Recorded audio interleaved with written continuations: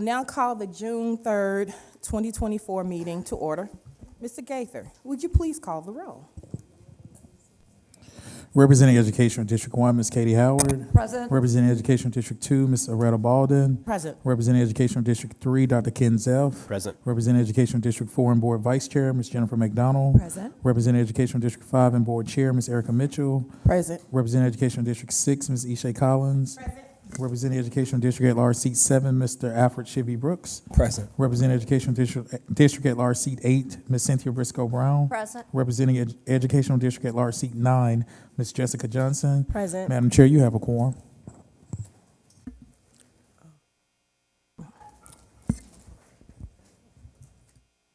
Thank you. Now we entertain a motion to approve the May 13th, 2024 special call meeting minutes. So moved. Second. Moved by Board Member Cynthia Briscoe Brown, second by Board Member Ishay Collins.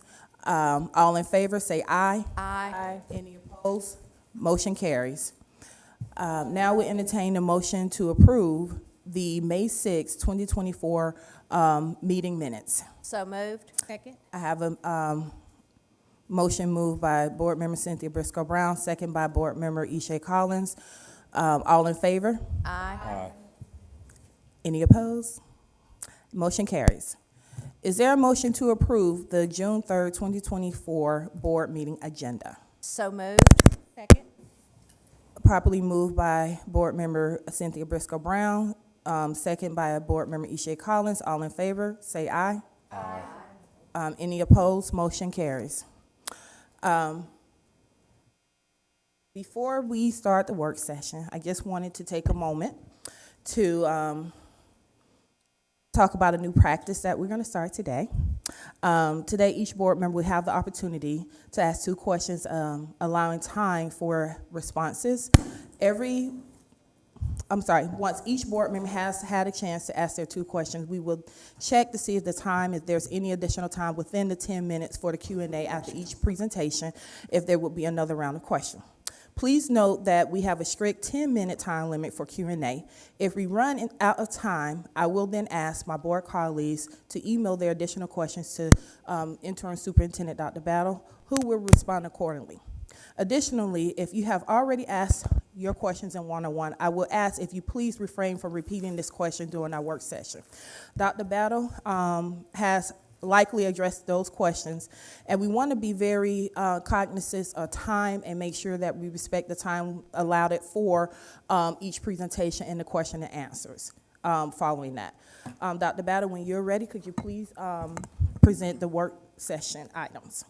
Thank you, Madam Chair. We have 4 presentations today. First, we will have a presentation on Readers Are Leaders presented by Ms. Sherry Forrest, our Chief Academic Officer. Next, we will have a strategic plan update, which would consist of talent management updates provided by Ms. Nicole Lawson, our Chief Human Resource Officer. Following that update, we will have our strategic plan update to provide an update on district financials, requested budget adjustments, and review FY 2025 final budget adoption, presented by Dr. Lisa Bracken, our Chief Financial Officer. And our final presentation is on student outcome-focused governance, or SOFT-G, and today's discussion is on interim goal 2.1 and 2.2. Ms. Forrest, we're now ready for your presentation. All right, checking, yep, okay. Good afternoon, Dr. Battle, Board Chair Mitchell, Vice Chair McDonald, and board members. Today I'm excited to share with you an update on the Superintendent's Literacy Initiative. Maybe not.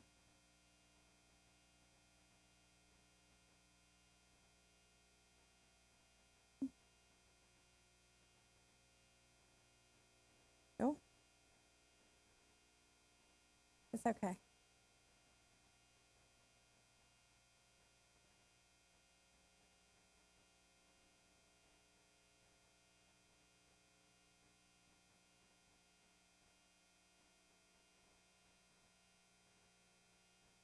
Is it easier for you?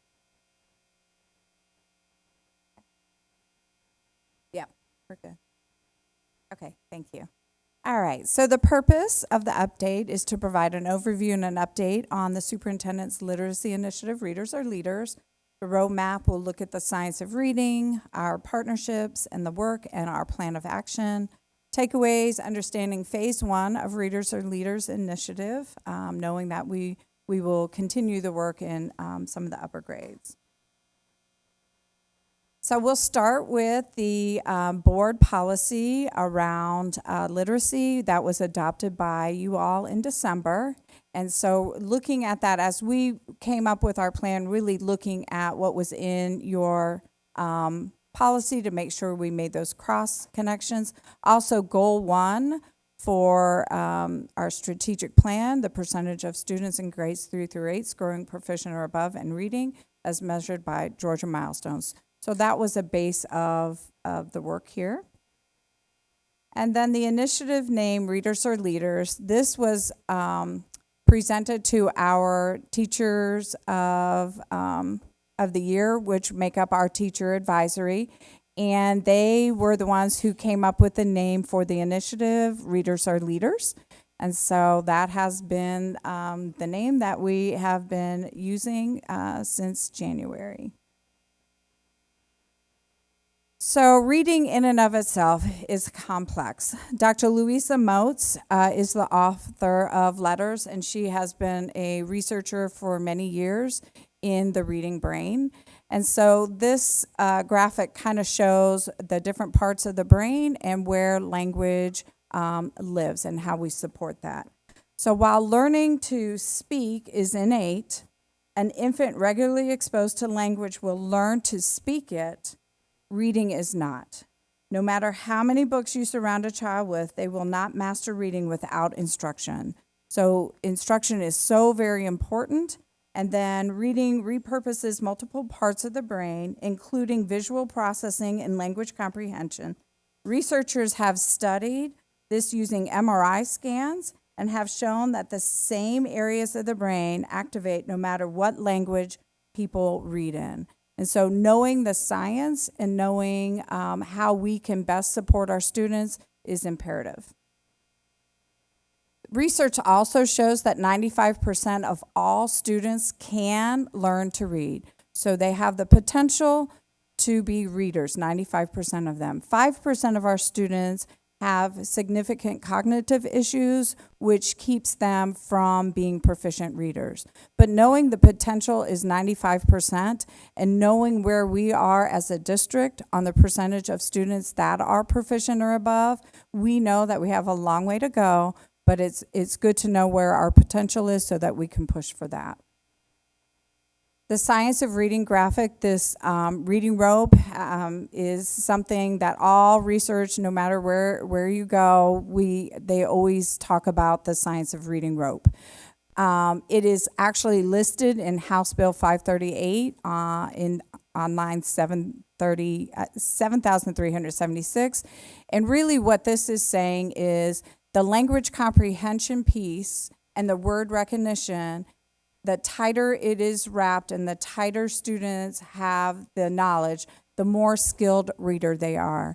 We are able to look at areas that students have gaps, and if we can close that gap, we can be assured that they will become a better skilled reader, which also goes to the simple view of reading. So if you look at this, what you'll see is decoding on the left-hand side times linguistic comprehension equals reading comprehension. So if you think of this particular piece as a multiplication problem, 0 times anything will give you 0. So if we are missing something in decoding, but we have linguistic comprehension, we will not have strong reading comprehension. The same is if we have strong decoding, but we're missing the linguistic comprehension piece, our students still will struggle with reading comprehension. And so knowing each piece within decoding and linguistic comprehension and being able to assess students to find the actual skill deficits that they are missing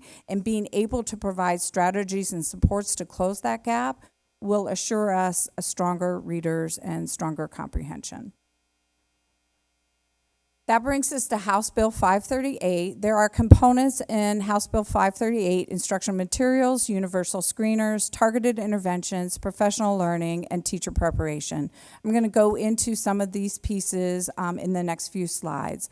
But knowing that the main piece of House Bill 538 is that all teachers K through 3 need to be professionally trained in the science of reading. That's it in a nutshell. As a district, we have chosen to go K-5 because we know we have students in 4th and 5th who are also struggling readers, don't know how to decode. We also know we have that in the upper grades, and so making sure as we do this work that we are also pushing forward with support for our middle and high school students. Universal screeners, MAP actually meets the requirement, the K2 fluency piece meets the requirement from the state.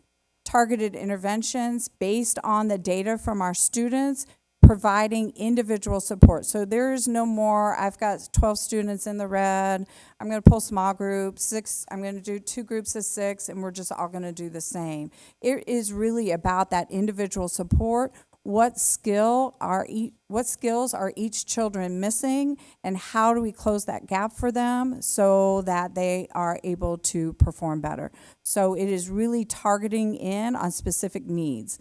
Professional learning addresses the modules, and I'm going to go into that a little bit. And teacher preparation is our universities, our state universities, and the teacher preparation programs, and that future teachers will actually graduate meeting the mandate of House Bill 538, which helps us. So we'll still provide professional learning, but knowing that future teachers will graduate meeting that requirement will help us as well.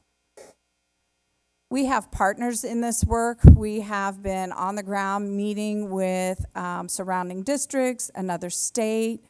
We have 8 pilot schools that are doing some work right now. So we have been partnering with the Rollins Center, the Georgia Literacy Council that is newly developed, the Georgia Department of Education, Fulton County Schools, Marietta City Schools, and Mississippi Department of Education. We had an opportunity to be able to visit and see the work that they have been doing. And so really it has helped formed the work that we are doing and trying to make the work stronger. I will tell you the working partners with the surrounding districts and another state, those lessons learned are really important so that we have a stronger start into the work than maybe some of our surrounding districts, which will help us. For the professional learning, our teachers and leaders are using the Cox Campus modules. This shows 10. We're actually doing 11 modules because we've included this dyslexia module. We are doing this work in 8 cycles. We've already started with 2 of the cycles, and we'll be continuing for the remainder of next year to meet the July 1, 2025 House Bill 538 mandate. That's when everybody has to be trained. So it is 11 modules. You'll see on the right-hand side the number of hours per module, and we're doing it in 8 cycles. And here are the cycles. So you can see each cycle and which of the modules fall into each of the cycles. So we have completed oral language. Leadership had their training in February, and the teachers had it in March. Early literacy was April and May, and we're getting ready to roll out the read alouds and fluency, June for our leaders and July for our teachers. So a little clarification on this. The leaders take the modules first, and then we provide professional learning. I'd like to do a shout out. She's not here, but I'm going to do a shout out for Dr. Tanya Spurley, our K-5 director, who's been my partner side by side through this and helping develop this work.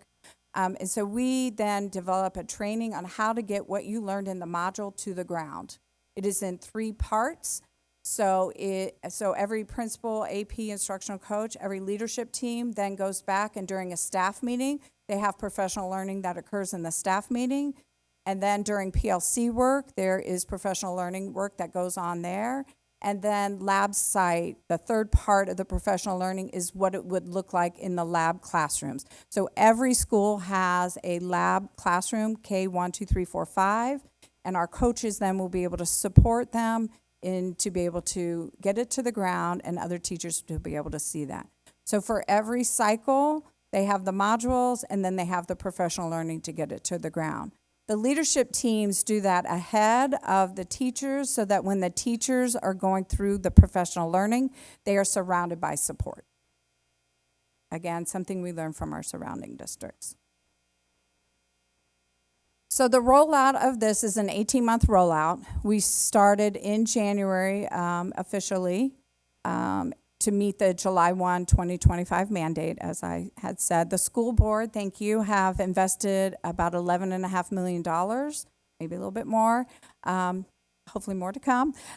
Training, I shared with you the module training. State support, so Georgia Department of Education is also hiring, giving each district funds to hire a structured literacy coach per elementary that is identified as a CSI school. So we have 4 elementary schools that are state identified as CSI, and we have received the funding to hire a structured literacy coach. So they will work side by side with our readers or leaders coaches to get the work to the ground. They will receive additional professional learning from the state. The state has hired a previous member from Marietta City who will oversee the coaching for the state. Human capital, we are pleased to announce that we have hired our Readers Are Leaders coordinator for the district and the 5 specialists that will support each of our associates, who then support each of our Readers Are Leaders coaches. Every elementary school has been able to hire a Readers Are Leaders coach to, again, help get this work to the ground. That is one of the biggest things we learned from surrounding districts. If they had to do it again, they would have the on-the-boots ground like support sooner than what they did. So that was a plus. We are also providing all teachers and full-time paraprofessionals that complete the modules. They will get paid a stipend. So upon the completion of the first 4 cycles, they will all get paid $1,250 around October. And then the second round after the completion of the last 4 cycles, and that will be in May. So because our teachers have to be able to complete these modules, again, on their own, they can't do it while they're teaching, right? And so we're asking them to be able to do that above and beyond their time. So we wanted to make sure that they were paid for that. A shift to structured literacy. So we are making sure, as we provide professional learning, that the teachers in schools have the resources. So we can't say you need to teach phonemic awareness and not have a resource to be able to do that. So we are able to purchase those resources and provide professional learning, so our schools have the resources to teach our students.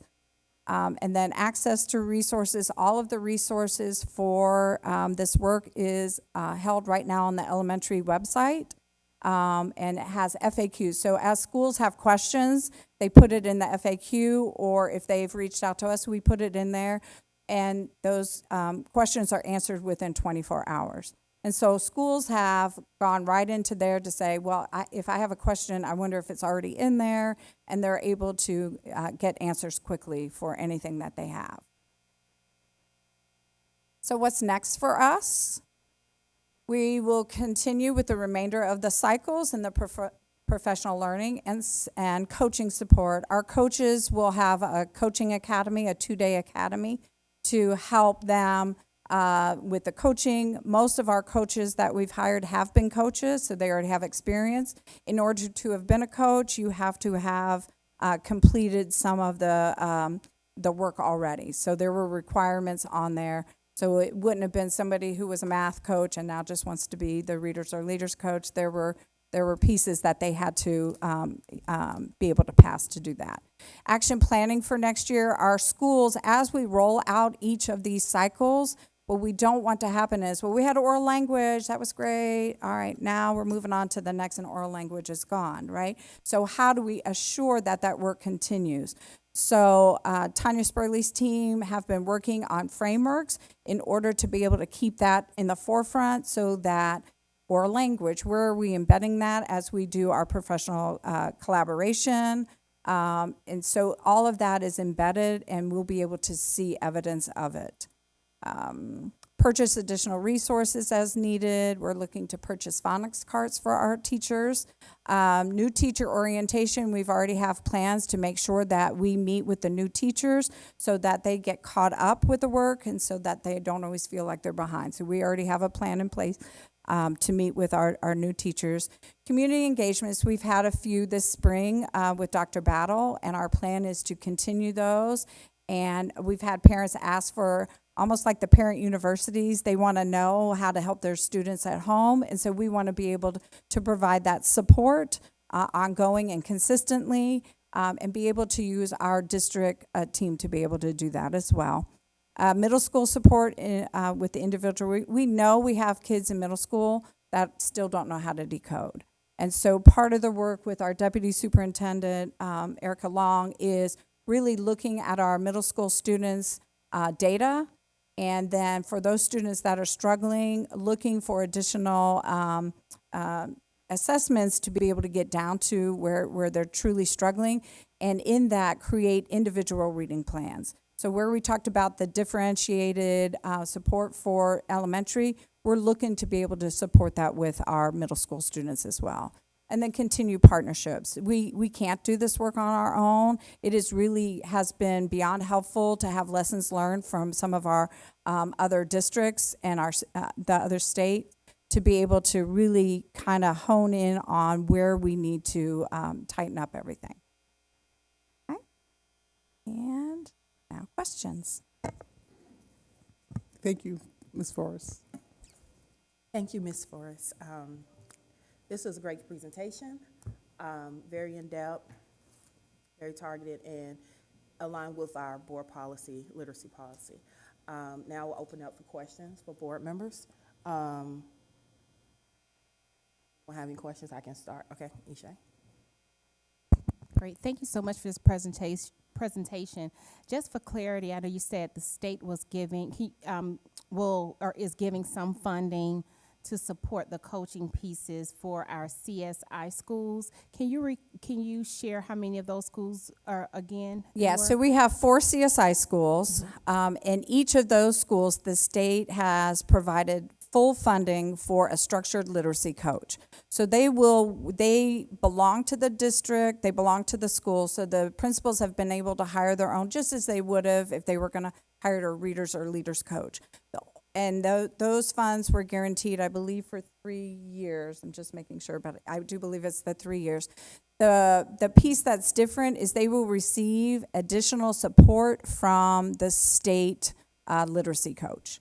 And so they'll get just some additional supports. So then it is up to us to make sure that it is seamless so that we don't have a structured literacy coach here and a readers or leaders coach here and everybody's doing different things. Our job is to work with those 4 schools to help with scheduling, support, what does that work look like, and make sure we're all on the same page. And I will tell you the work that the state is doing is exactly mirroring what we are doing. Like it is the same work. So that part is good. Mm-hmm. And then just my second question, and that's it. I know for slide 14, yours on the West Next slide in terms of like action planning for next year. The budget that we've built that we'll be approving tonight. Is that the investment in the readers or leaders? Everything is in there. Yep, everything's in there. Yes, okay, and we're great. thankful. Thank you. No problem. Thank you. Thank you.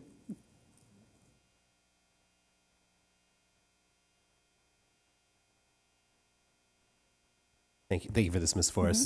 This is great stuff. There's so much to like in here, and I did want to publicly shout out our friends at Cox Campus for, oh, geez. Wow, You're done. that was fast. I think that was me, not you. Tough crowd. I'm here to praise. So thank you for that. And what I really want to make sure folks understand is that we're using this public resource, this free resource, and putting money in teachers' pockets to complete this work and, Yes. and treating them like professionals. And this is in line with what Ms. Lawson's going to talk about in a second about our Exactly. compensation strategy. This is all very aligned, and so I'm very excited about that. Just a quick question around the expectation of when teachers will complete this work. So is the I was trying to get the dates right. When would we expect all of our teachers to have experienced or to have completed this training along with? So their all leadership? of their cycles, all the modules will be completed by May. So a good 2 months ahead or a month and a half ahead of the July 1 mandate, knowing that teachers are with us until May.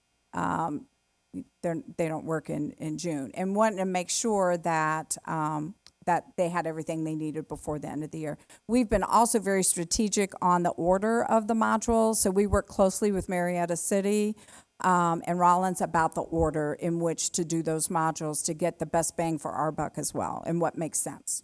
So yeah. Thank you as well from me, and sorry, just keeping it moving, I went ahead.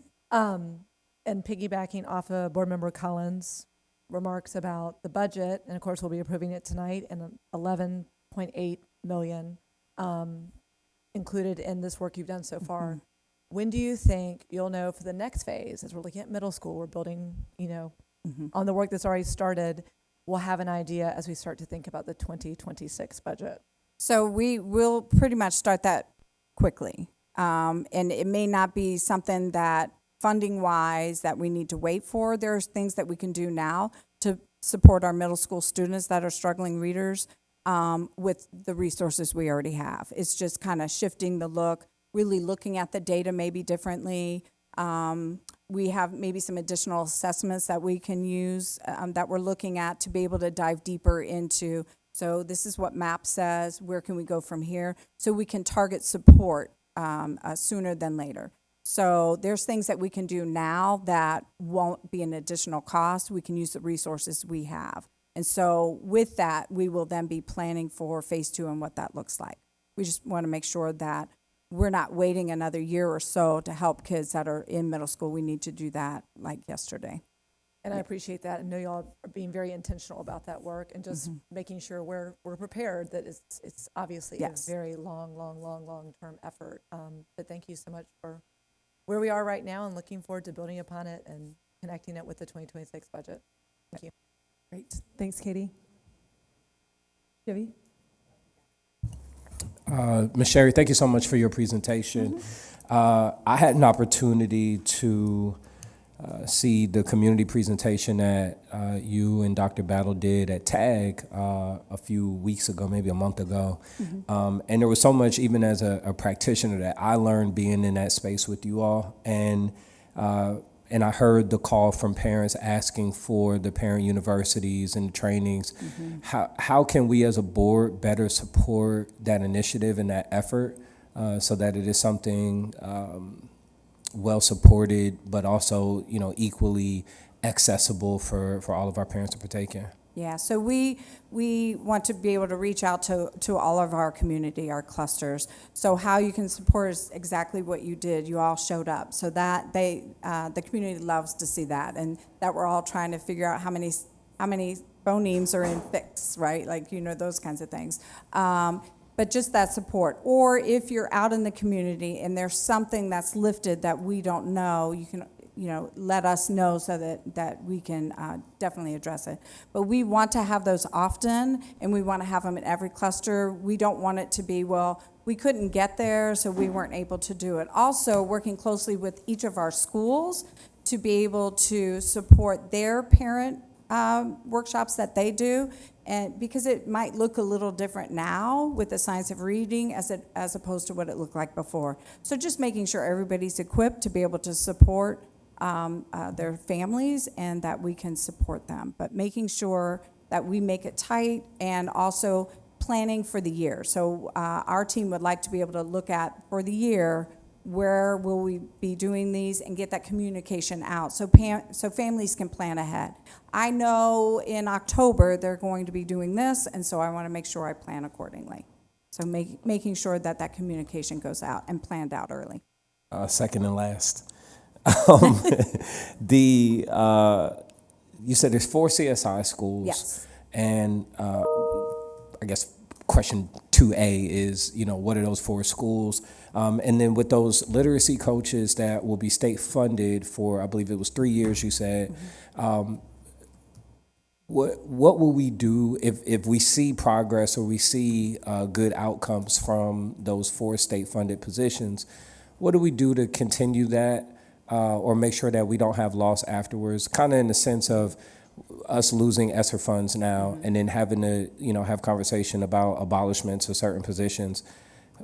How are we future planning for that? So let me address the 4 schools first. The 4 elementary CSI schools are Harper Archer Elementary, Continental Colony, Hollis, the elementary piece, and Dunbar. Those are the 4 state-identified CSI elementary schools. As far as your second question, it really goes to building capacity. So when I was a coach, like I have a long history of coaching, my job was to work myself out of a job. I always told myself that. Who am I building capacity with? So as our coaches are working with the teachers, so we could be looking at the lab site teachers. Those are supposed to be your model teachers. So if I'm a kindergarten model classroom, I'm getting my capacity built on that work, which makes me stronger to lead my team. So I might be able to lead and facilitate our professional learning community and not always have to count on our coach to lead it, right? Really, that's what the work is.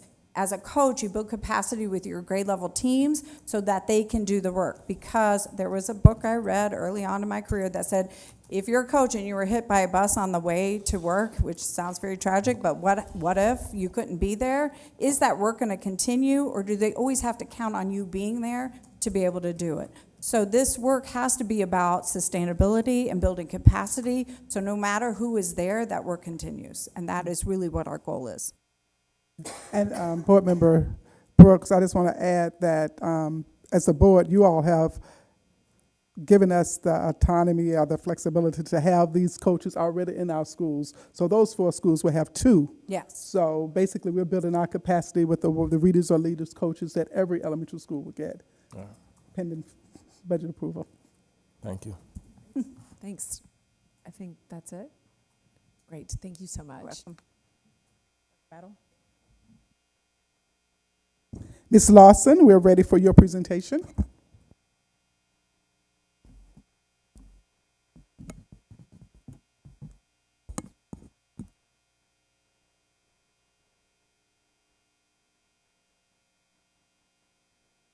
All right, good afternoon, Board, Vice Chair McDonald, Chair Mitchell, Superintendent Battle. Thank you for allowing us the opportunity to present an update for our talent management strategy for Atlanta Public Schools. Today's talent management strategy update reflects the work of a deeply invested, passionate, and strong human resources team who I'm incredibly proud to lead. We do this work because of our belief in the students of Atlanta Public Schools. And these same sentiments, which you can see on the background of this slide, echo the voices of our teachers from the 2024 Talent Pulse survey results, as they indicated their reasons for remaining with Atlanta Public Schools. APS continues to be an employer of choice in the city of Atlanta for several great reasons, which I'll share for you this afternoon. Today's presentation will give an overview for school year 2024. We'll discuss what's planned for the upcoming school year, discuss our strategic partnerships, and then also discuss our key performance indicators for the upcoming school year. As we delve into today's presentation, I'd like to center us on a quote. It's essential to understand that the business of attracting, hiring, developing, and retaining top-tier staff at Atlanta Public Schools is a complex body of work, which takes shape and connects in different ways. We are bringing together critical pieces of a complex puzzle whereby every shape plays a unique but seminal role that enriches the final masterpiece. This quote encapsulates a holistic approach to achieving goals, emphasizing the importance of every component in creating a successful and unified system. This year, we'll continue our same theory of action. You may have seen this slide before, but I believe it's worth sharing again and again. Our theory of action is grounded in how recruitment, development, and retention of the best educators results in students graduating ready for college, career, and life, as measured by the board's students' outcome goals and guardrails. I'm also pleased to note that our goals are aligned with the U.S. Department of Education's recently released goals as it relates to talent management. I share with you their impacts as they stated that it's clear efforts to improve compensation, working conditions, support of high quality and affordable pathways into the profession, providing opportunities for effective new teacher induction and professional learning, creating pathways for teacher leadership and development, and enhancing educator diversity. Diversity is the way to go. I also must take this opportunity to recruit. And if there are individuals that are logged onto our website or log on viewing this presentation live, please scan the QR code. We have positions available. You can also visit www.apscareers.org. So let's delve into our strategies for school year 2024. This year, we focused on strategic support for our new teachers. We've also made a note that retention of our novice teachers was a goal of ours. We've increased new teacher retention from 68% to 75% year over year. We've also noted that 87% of our first-year teachers plan to stay with APS for 3 years. This is a 3% increase from last school year. We continue to invest in our teacher development pipeline, and we were able to recruit 40 teachers from our paraprofessional pipeline, 113 teachers advanced in their careers into teacher leadership roles, and 250 of our teachers received district-level stipends as it relates to specialized endorsements and certification, enhancing their skills and strengthening our bench for the next level. We made smart and strategic investments in compensation, significantly improving our market position from 6th position to 1st and 2nd place in the metro Atlanta area. Our strategic stipends contributed to improved teacher retention in key areas. For example, teachers at high-poverty schools were 51% more likely to leave prior to stipends. Now, only 15% more likely to leave after stipends. For our special education, thank you. For our special education teachers, they were 28% more likely to leave prior to stipends, and now they are 1% more likely to leave. And reflecting on our math teacher retention stipends, here's another great example. To date, APS has 0 math vacancies for school year 2025.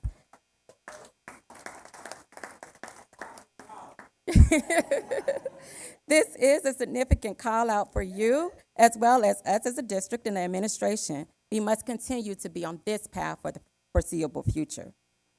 We've also upgraded our HR systems and structures. APS transitioned from frontline applicant to frontline applicant tracking system, and we also reorganized the HR division to streamline and modernize our processes. We also targeted improvements for our HR customer service experience. We've also deployed a customer service survey tool for across HR, and it is noted on our HR email signatures.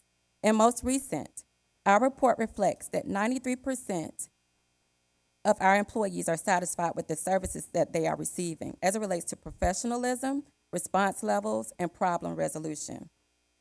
And last but not least, we've also provided whole district HR practices training for our district leaders through our inaugural HR Summit, in which 200 supervisors attended. Leaders rated the learning experience of this training as 90% or 92% effective as it relates to their knowledge and the ability to apply it respectively. Additionally, we're also differentiating support to schools through a needs-based HR service model and leveraging standardized turnaround support as well as high-priority models. We also hosted 7 large-scale hiring events this school year for our high-priority schools as well as our operational needs. And as we delve into our dialogue today, we'll delve deeper into these areas. So let's take a deeper look into the work of teacher development. It is important to note as a baseline that all APS teachers receive district-led professional development and personalized content training each year as mandated.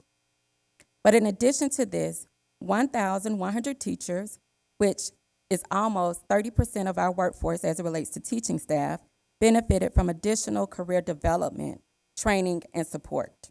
As you can see on the slide, and I will not read it for you, but our teachers are invested in their own growth and development. These initiatives highlight our dedication to fostering a culture of growth and excellence and ensuring that our educators are continuously advancing in their skills and enhancing their impact in the classroom. So now let's shift to our focus on the impact of these initiatives on staff retention.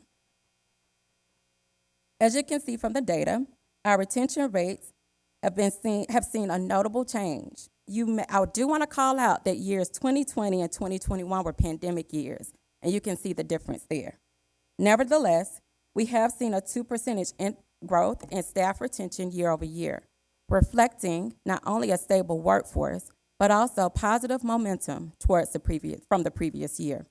While this 2% improvement might seem marginal, it is important to note that this is a huge accomplishment in the K-12 space. Our work to improve retention begins with ensuring that we understand the drivers of attrition in our district, and our exit survey data provides valuable insights. We see that work location, leadership, and support issues are among the top reasons cited by staff for leaving APS. And as we look deeper into the data, we found that 68% stated working conditions, with factors including culture and climate and student discipline, contributed to their decision. 54% cited leadership characteristics, with concerns about character and credibility, communication, and micromanagement. 55% reported lack of support as a contributing factor, highlighting issues such as shared decision-making, instructional support, and recognition. And we know that teacher burnout is another critical issue impacting our educators. Our work to improve teacher retention not only involves understanding why teachers are leaving, but also addressing factors that contribute to their burnout. These 5 areas, assessments, preserving and protecting planning time, pressure and unrealistic expectations, teacher voice and professional growth, and mental health and wellness, summarize what the Georgia educators have cited as their main drivers for burnout. On the screen, you see the comments from the Godot Teacher Burnout Task Force report. On this slide, you will see how some of the same areas from APS teachers mirror those identified by the Godot Task Force. To effectively tackle issues related to burnout and retention, and to take advantage of opportunities to incentivize, grow, and actively engage talent, we rely on a comprehensive set of dashboards that pull data from several sources within Atlanta Public Schools. In fact, just last year, APS was recognized by the American Association of School Personnel Administrators for the robustness of our data tools. These data tools help us monitor key metrics, providing valuable information on the areas you see here. And I'm pleased to know that we are not just publishing dashboards, we are actively monitoring their use, and at more than 2,900 views, and leveraging the insights, we are leveraging the insights that we gain from these data tools. Now let's take a deeper look into the Educator Talent Management Dashboard, which houses data from our annual Talent Pulse Survey. The 2024 Talent Pulse Survey had an impressive 89% teacher percentage response rate. That's 2,733 of 3,058 teachers responding to this survey. This survey highlights significant improvements in key areas, some of which you may recall connect directly to the drivers of the teacher burnout and retention. In protecting planning time, 77% of our teachers now say that they have access to adequate planning time. That's a 5% increase from last year. On growth and development, those who felt growth opportunities are clearly defined rose from 77% to 83%. a 6% increase over last year. Intent to return, teachers planning to stay at their school 3 years or more grew from 80% to 84%. And for new teacher support, new teachers are feeling well supported at Atlanta Public Schools, and that notion increased from 88% to 90%. I'm encouraged by the data, even while recognizing we must continue to put in the work to improve. As I wrap up the year of review, I want to end with this. I want to share a data point from our Gallup Employee Engagement Survey managed by our colleagues in the Division of Strategy and Engagement. Our last Gallup results show that 61% of our employees agree or strongly agree that APS cares about their overall well-being. This is a 6% increase over 2022. Our goal for this measure, of course, is to be at a 100%, because we are leading forward with care, to borrow from Superintendent Battle. This district truly values and cares about the employees and the families of this district. Now I'll transition to what's planned for school year 2025.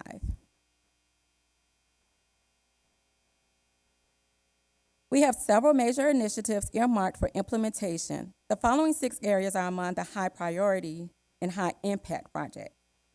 Significant investments in compensation. We will implement the largest pay increase for teachers in decades. Our goal is to position APS for a competitive advantage in teacher salary and unlock educators' earning potential. This investment in compensation includes cost of living adjustments across all roles in the district and programs that reward and attract educators with targeted incentives. Second, targeted leadership development. Novice principals that are first year to 3 year in practice will participate in an intensive school leadership training with Relay Graduate School of Education. Select middle school principals will join the Georgia School Leadership Institute retained cohort for school leaders program. And these 2 initiatives are only part of the leadership development work plan for school year 25. Several other developmental components are being executed by the Division of Schools to strengthen supporting frameworks through our associate superintendents directly to our principals. We are restructuring our well-being program. We will promote access to the state-level EAP program, which provides significant cost savings for the district and frees up resources to introduce BetterHelp, personalized, real-time system of support for staff and families with in-person and on-demand therapy options. Strategic investments in grow our own teacher pipelines. Next year, we will provide financial partnerships to support bachelor's and master's degree programs in special education. We will also ramp up efforts to provide certification test preparation for those who need to take or pass the GACE exam. We are also updating our people policies. We will expand our paid parental leave, introduce the sick leave bank, and reintroduce the sick leave bank, and modernize our employee dress code. And 6, we are optimizing our business processes within HR to provide excellent customer service. So let's take a moment to discuss APS compensation. This July, APS will implement the largest pay increase for teachers since 2009 as part of our $59 million investment in compensation. This investment includes market scale increases and step increments for teachers who will have, on average, a pay increase of 11%. Cost of living increases for all non-teacher employees who receive a cost of living adjustments ranging from 3% to 5%. It also includes a new pay scale for school nutrition salary scales to ensure they are paid fair and competitively. It includes targeted recruitment stipends offering up to $3,000 to attract top-tier talent to the district, strategic retention type stipends to retain our teachers, as well as funding for H-1B visa sponsorships. If you're following the conversation in both traditional and social media spaces, you will agree that even at this stage, 1 month before implementation, these plans are bearing fruit. I'll run through the next slides quickly in the interest of time, but I do want to bookend our evolution of compensation over the past decade. Between 2016 and 2019, APS invested $26 million in improvements to our compensation programs. We adopted a teacher salary schedule in 2016, placed pre-K teachers on a certified salary step in 2017, gave non-teachers a 1% increase in 2019. Between 2020 and 2023, we invested $108 million in compensation improvements, increasing teacher pay for almost 5% in 2020, bringing minimum pay wage to $15 for full-time employees in 2021, paying increases for nurses, police, substitutes, and other positions in 2022. And in 2023, we were able to introduce a starting rate of $20 per hour for bus drivers. Fast forward to 2024. We completed a long overdue comprehensive compensation study and implemented several of its recommendations, including market scale adjustments for all employee groups ranging from 6.5% to 9%, leading us to now, 2025, where it bears repeating. APS teachers are set to receive an 11% increase in salaries. And because we must demystify the calculation of teacher salaries for our prospective employees, I'm pleased to share one of our latest releases, the APS Teacher Salary Calculator. This tool provides transparent estimates of base salaries, incentives, and stipends. Teachers can see a clear breakdown of their earning potential. They can also access this on the go, as well as provide teachers with immediate and accurate information anytime, anywhere. The listening audience can access the calculator by visiting apscareers.org/teacher-salary-calculator or by scanning the QR code on the screen. As I continue to build on our successes, our second focus area for school year 25 is equally important: enhancing leadership development by leveraging internal expertise along with targeted professional development across our schools. This graph shows a 36% gap in retention levels between high poverty and low poverty schools during last school year. It is highlighting that there are pockets of excellence and strategies that work across the APS ecosystem, despite challenges and metrics at every level, including our high poverty schools. To address this disparity, we are focusing on sharing leadership expertise and retention strategies across our schools. We've engaged several of our principals who have improved in their retention year over year and simply asked them to share their ideas and strategies. And from that engagement, we've produced the Talent Pulse tip sheet that's intentionally blurred here.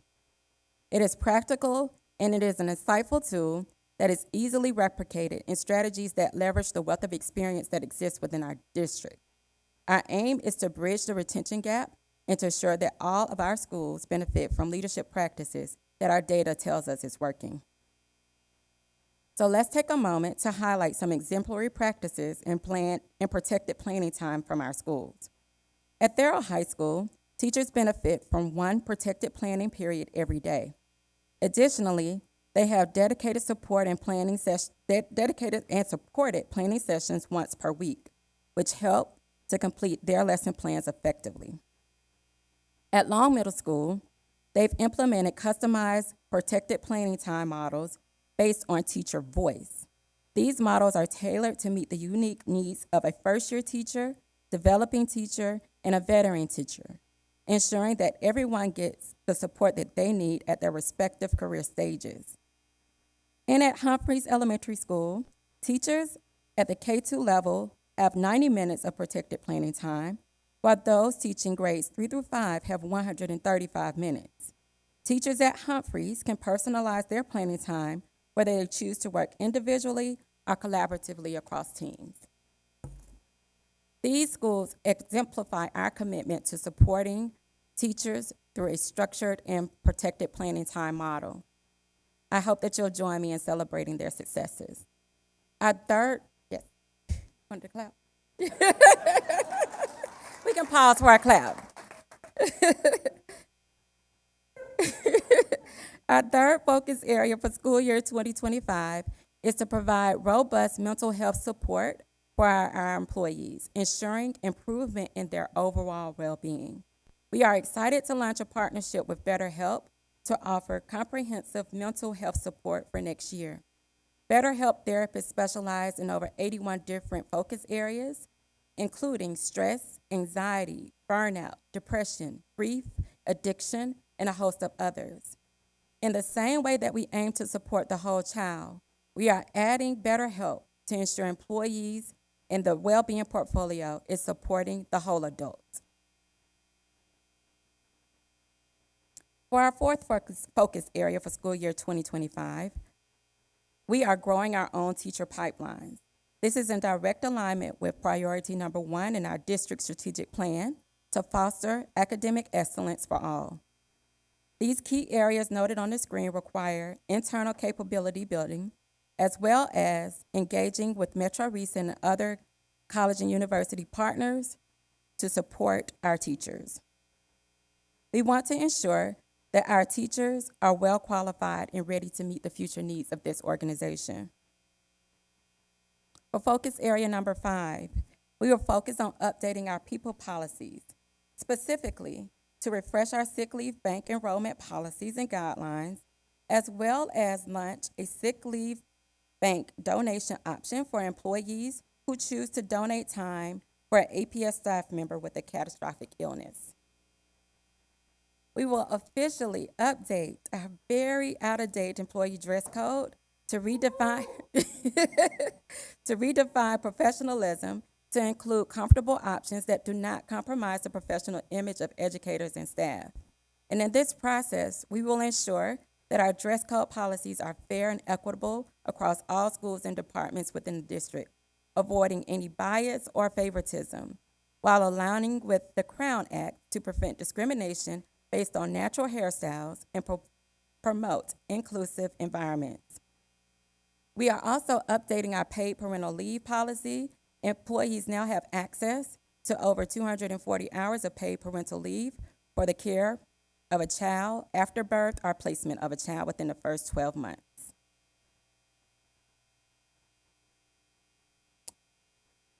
Our last focus area for school year 25 is optimizing our HR processes through our HR Rise initiative, which I indicated earlier stands for Redefining Innovative Solutions for Excellence. This project aims to streamline our work and provide a single point of contact model that aligns with our district priorities. We have already seen growth in this area based off our customer service results, and we are making it clear how we directly support the employees of this organization by creating a one-stop shop and end-user experience for faster and more efficient services in HR. We've covered the major topics for our focus areas for the upcoming school year, and now I'd like to present a comprehensive strategy for teacher retention for the district. It integrates every component that you see on the screen: onboarding and development, marketable and equitable compensation, protected planning time, supportive leadership, and meaningful well-being benefits. These elements work together to create a holistic approach to teacher retention, addressing key factors that influence job satisfaction and engagement. Like the puzzle pieces shown here, each component interlocks with each other, forming a cohesive and comprehensive strategy that supports our teachers in this district. And another plug before I move to the next section to close out, we are hiring for our nutrition roles. There are very few. I think we have one food assistant role available. Cafeteria manager roles are available, delivery drivers, and more. And if individuals are interested in applying for school nutrition jobs, they can visit atlantapublicschools.us/nutrition jobs.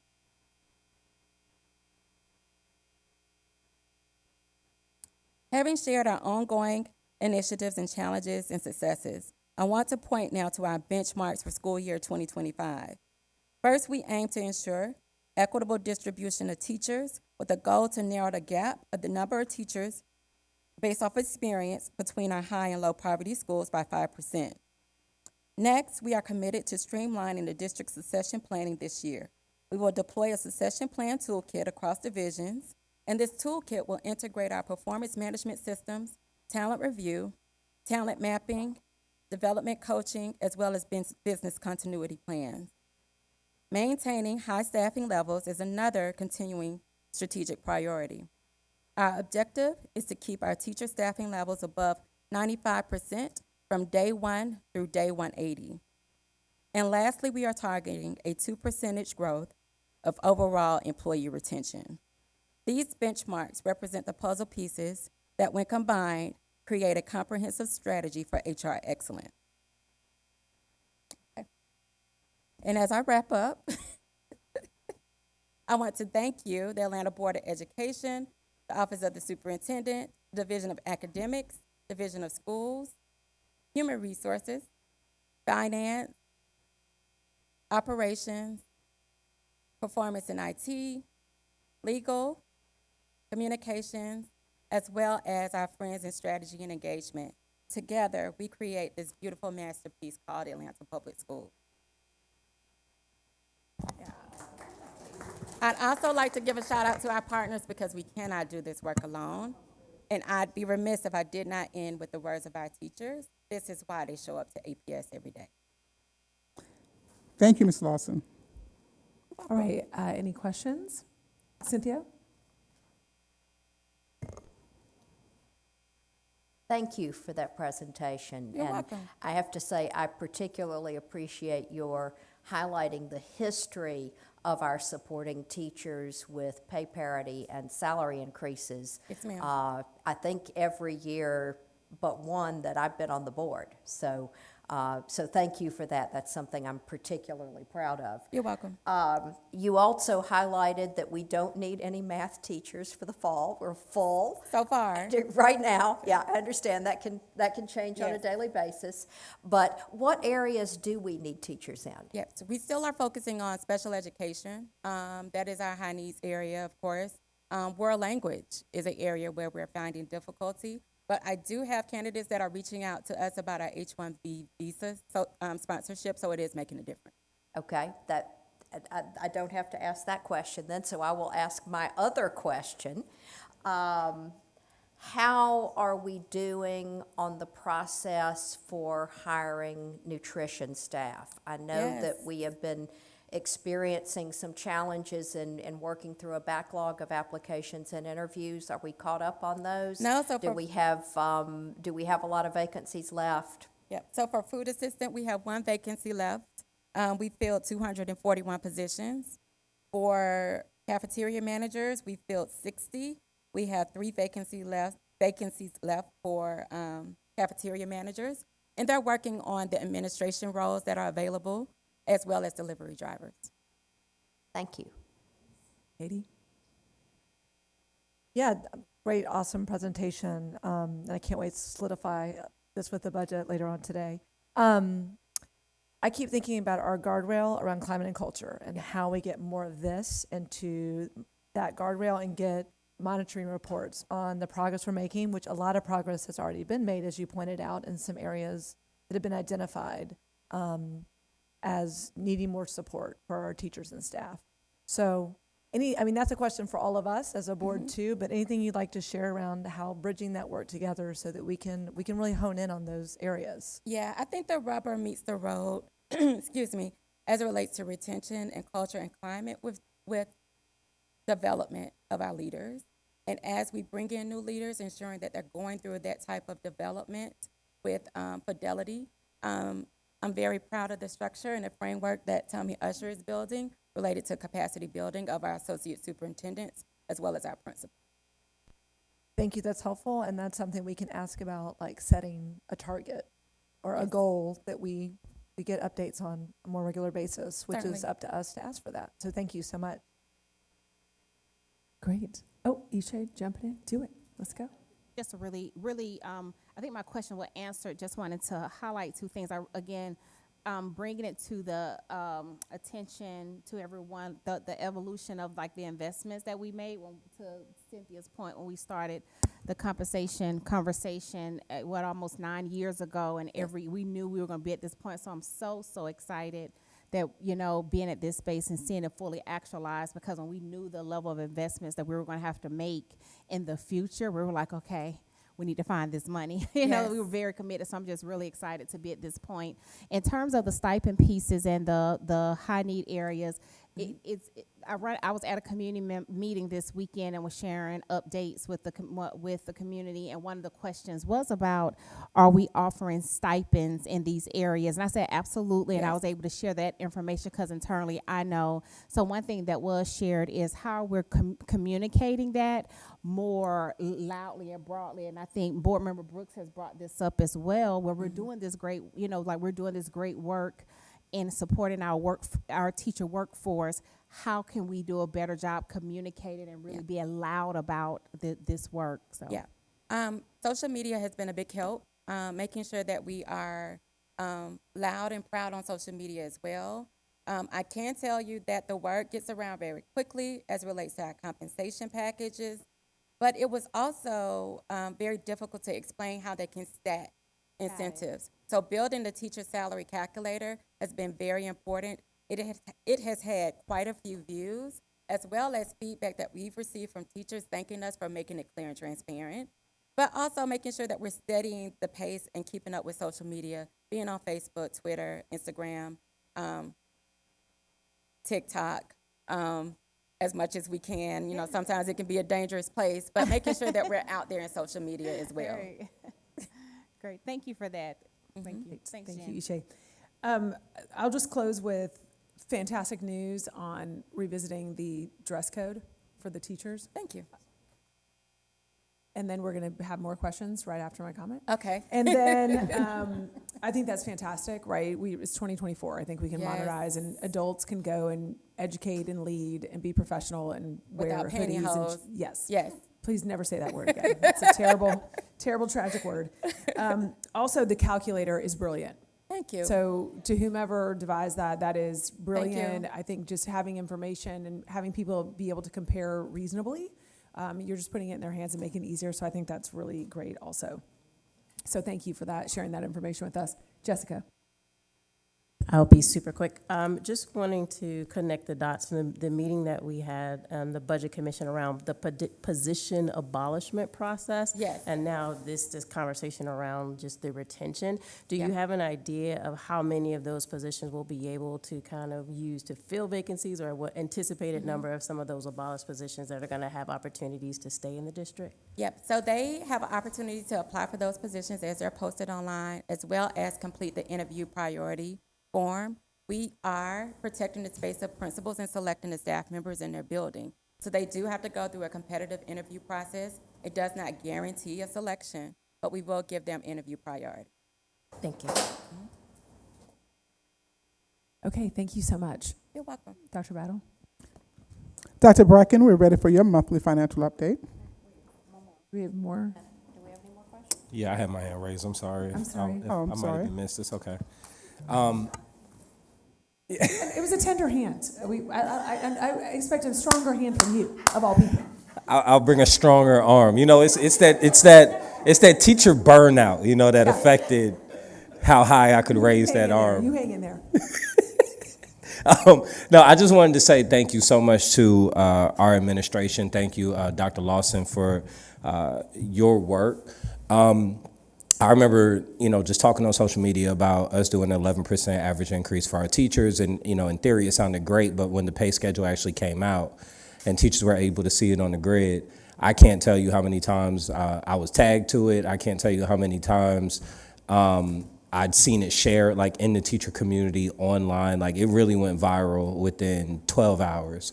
And, you know, I beat on the table over and over how important teacher compensation is. You know, I truly believe that teachers as a profession tend to be undercompensated because it is a female-dominated arena. And us showing up the way that we are, making a significant stride in this particular fiscal year, does make a very huge statement across the board. In fact, I believe that my employer district, Clayton County, is now going back to the drawing board again to revise their teacher pay schedule. And I heavily encourage y'all to do that, Ms. Gorey. But it's we have made a real statement, and we're moving the needle for what teacher compensation in the Southeast looks like. I just want to tell you how much it really, really does matter.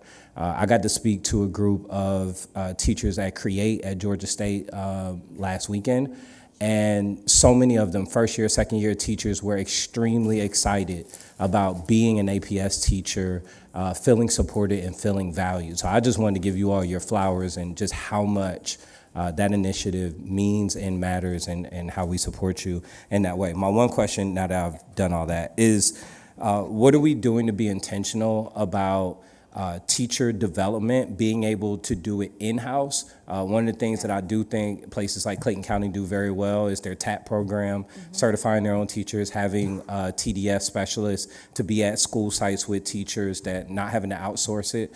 And the same thing goes with the administrative leadership development as well. What are we doing to be intentional there? Yep, it goes along with what Ms. Forrest mentioned, is building capacity within the district and leveraging the resources that we have to be able to offer that level of expertise and development. So we're working on building capacity there. We're also working with Metro RESA. We have a partnership with them where we use our teachers, and they're stipended, to train up some of our novice teachers in the district. So we are doing some form and fashion of that, but we do want to build capacity so that we can do more. Got you. So that looks like something maybe in another fiscal year we need to be talking about a real intentionality behind that. Yeah, so it will be in our, it's currently in our strategic plan to build capacity of our current teachers, give them stipends for developing other teachers, but we do want to enhance that. I'm saying that we're not there yet to where we want to be, but it'll continue to be an investment that we make over the next coming year. Thank you. All right, thank you. It's a very celebratory day for our teachers, so thank you very much. Yeah. All right, Dr. Battle. Thank you, Dr. Bracken. We're ready for your monthly financial update. All right, thank you. Good afternoon, Board Chair Mitchell, members of the board, and Dr. Battle. Today, I'll present two topics related to finance. First, I'll provide you with the financials for FY 2024 for all activities occurring within the Consolidated General Fund in the months of July through April. And then I'll present an overview of the FY 2025 budget, which will be before you this evening for final adoption. With the next 6 slides, we will cover the FY 24 financials for the first 10 months of the fiscal year. The financial position continues to be relatively strong. So far, we have collected about 87.83% of the total resources budgeted, with local collections at 99.55%, state at 70.07%, and other, which includes the Title I transfer in, at 89.18%. We're currently tracking ahead of pace for revenue collections overall as compared to this point in time last year. Last year, by May, we had collected a total of 90.14% of total revenue, and this year we're already at 93.49%. On slide 5, we see the budget to actual expenditures so far for FY 24. We have currently spent 79.3% of the budgeted allotments, and spending in all functions is appropriate for this point in the fiscal year.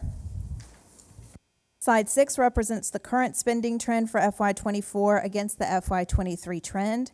By the end of April last year, we had spent 76.86% of our total annual budget. Currently, we are ahead of pace at 79.3%. Please remember that the timing of large expenditures and the budget adjustments can impact year-over-year comparisons. Detailed financials can be found in Agenda Item 8.3. Title and ESSER funds are currently spending at an appropriate pace for this point in the fiscal year.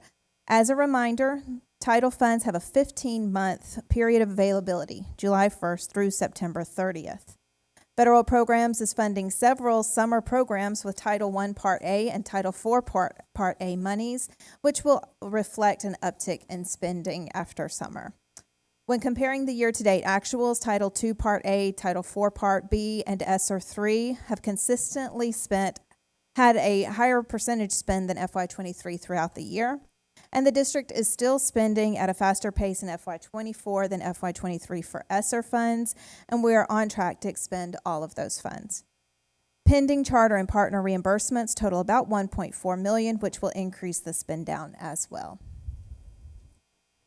There are no budget adjustments this month. Agenda item 8.4 includes the detailed information report for special revenue adjustments less than $1 million that have occurred in May. The second half of my presentation will walk us through the proposed FY25 budget, which will be before you tonight for final adoption. Tonight's vote will culminate a many months-long process to get to a final budget recommendation. My presentation will be brief and highlight those items that we have changed since tentative adoption. And as always, I want to start by thanking the budget team led by Harpreet Hora, with a special thanks to Candace Phillips and Kathleen Liu. This is a phenomenal team. I truly do appreciate all of their hard work. Since the tentative adoption, we've made some minor adjustments to both revenue and expenditures. The primary change is that we've included an additional $5 million from fund balance to begin the process of implementing a new ERP system, as was discussed in detail at the May Budget Commission meeting. As a reminder, we'll likely not have the actual local digest from the tax commissioner's offices of DeKalb and Fulton counties until at least another month from now. We are realistic, but more aggressive than has been the pattern in recent years in our assumptions for local collections.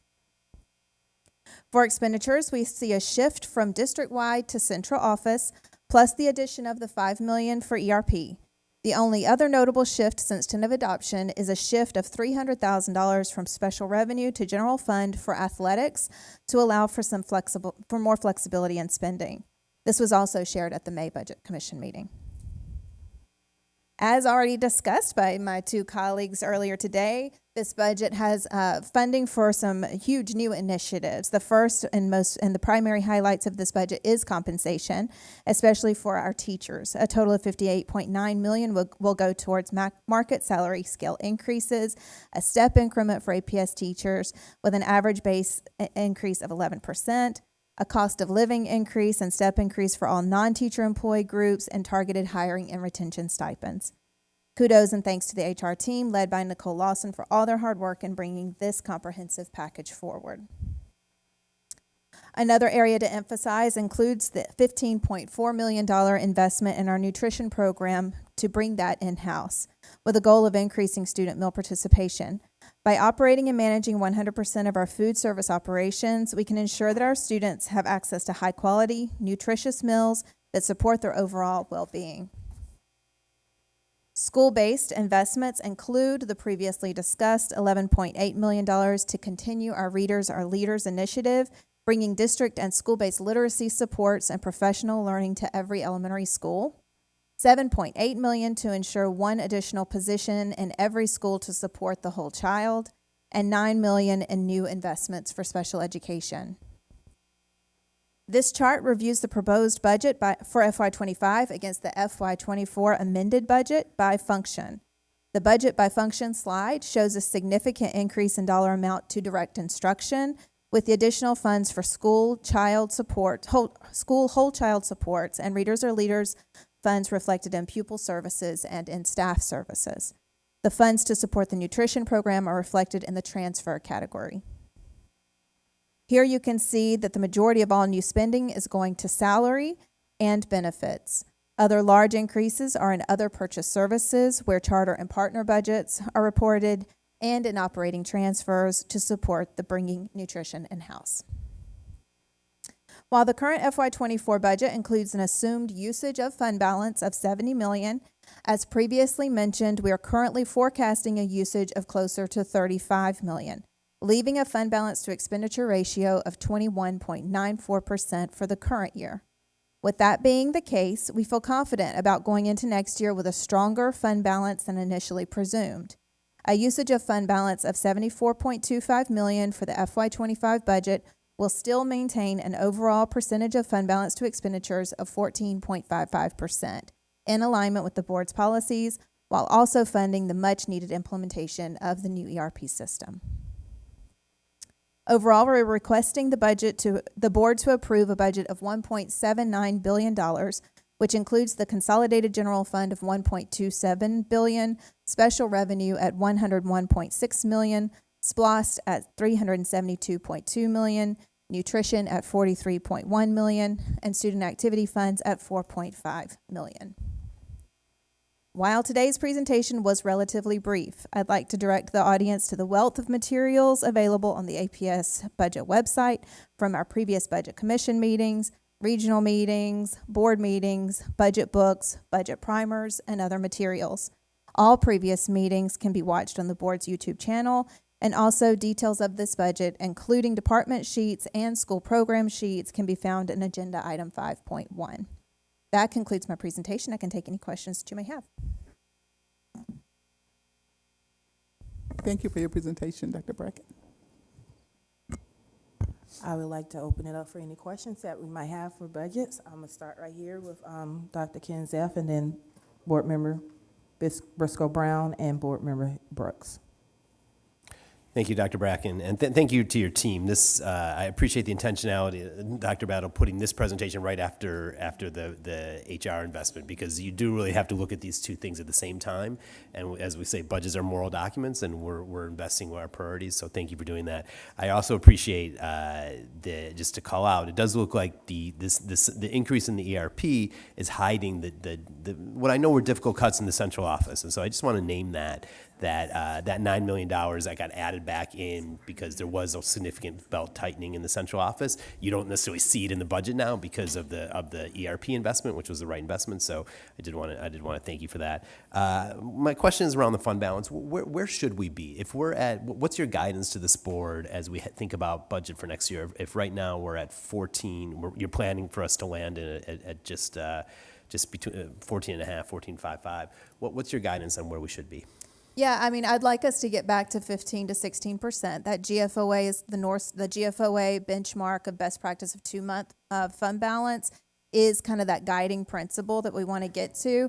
But, you know, the fund balance is for when you need something. My car needed a new alternator and transmission. That doesn't come out of fund balance. No, it did not. Thank goodness I had my own personal fund balance. While I did not want to spend it on that, I had the money there and I was able to dip into it, and I will be saving back up to be able to restore my savings to where I want it to be. That's very similar to this ERP. The ERP is in the state where we have to make these investments now in order to be able to save us from some greater expenses down the road.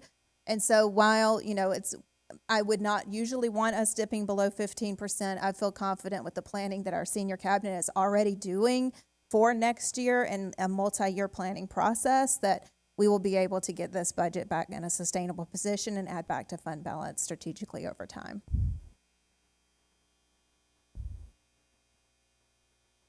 And sort of following on from that question, for many years, your office has used what you've called a conservative revenue projection. This year, that descriptor has changed to optimistic.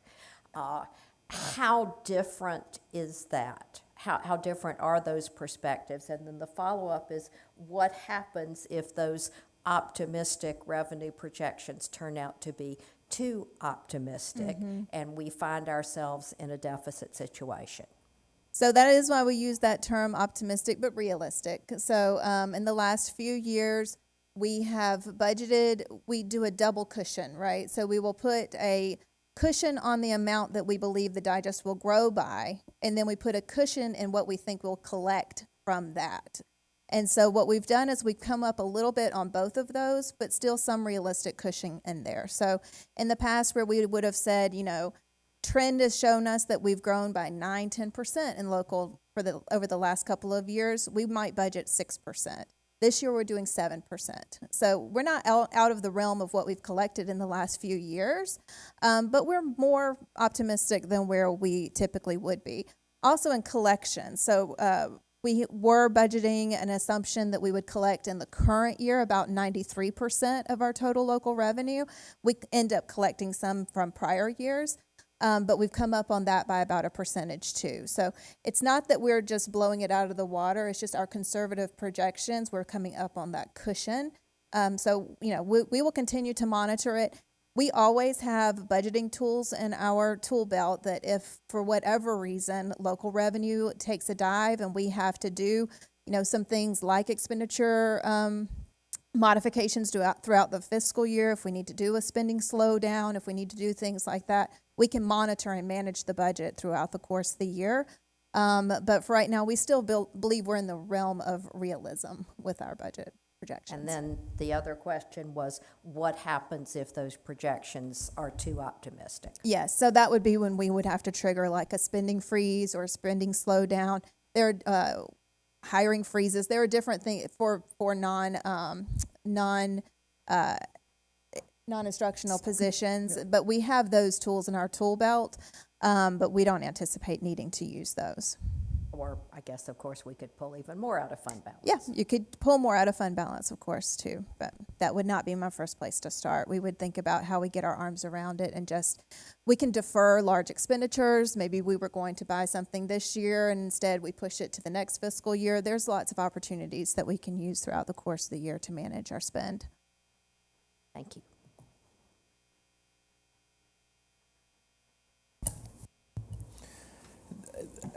I don't remember which slide it was, but there was a mention of nutrition, and it said fiscally responsible.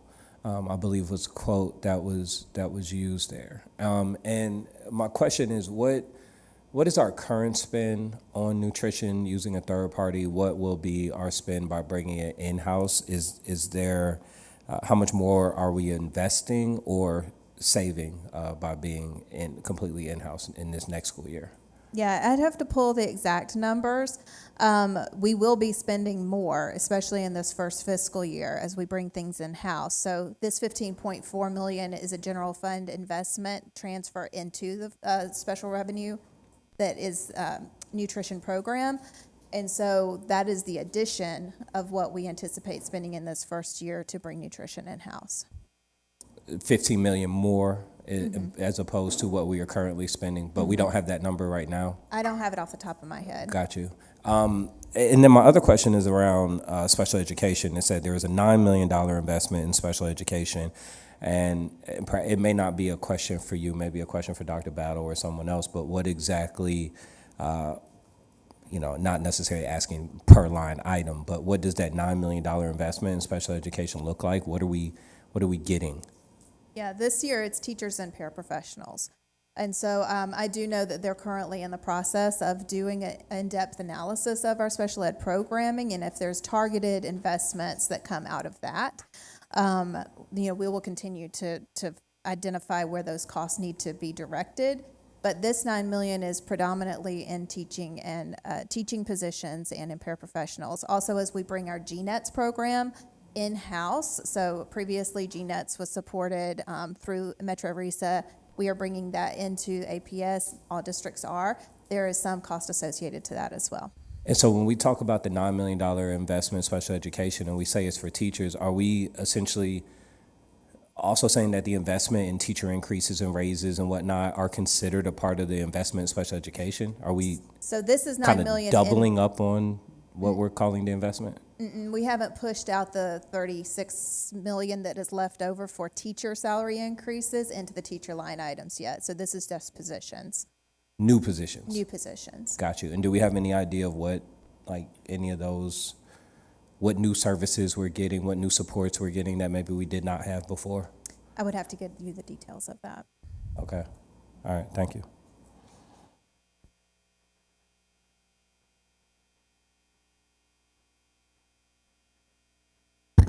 Guess that's wrap up our question session. Anyone else had any questions? I hear none. Okay. Thank you, Dr. Bracken.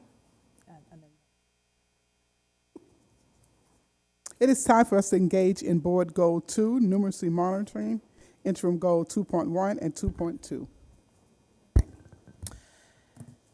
Interim Goal 2.1 identifies the percentage of students in grades K through 1 who have demonstrated readiness in mathematics as measured by the MAP growth assessment, mathematical assessments.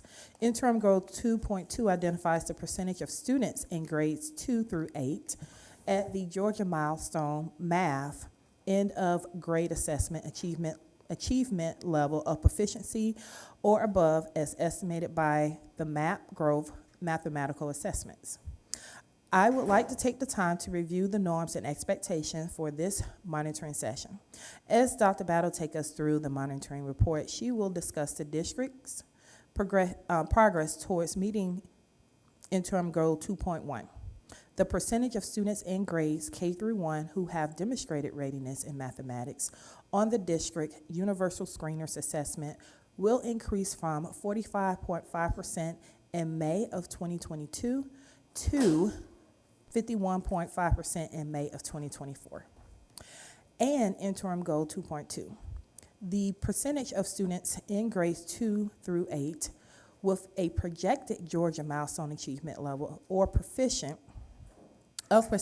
or above in mathematics on the district universal screeners assessment will increase from 24.4 in May of 2022 to 30.4 in May of 2024.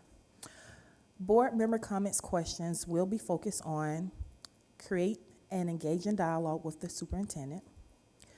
What are the factors that leads to the current levels of achievement? Did the district progress towards the school year 2024 goal? Why or why not? What strategies and resources work well or did not work well? What changes and adjustments needed to be made? Will the district require additional resources to meet these goals? What supports do you need from the board to be successful?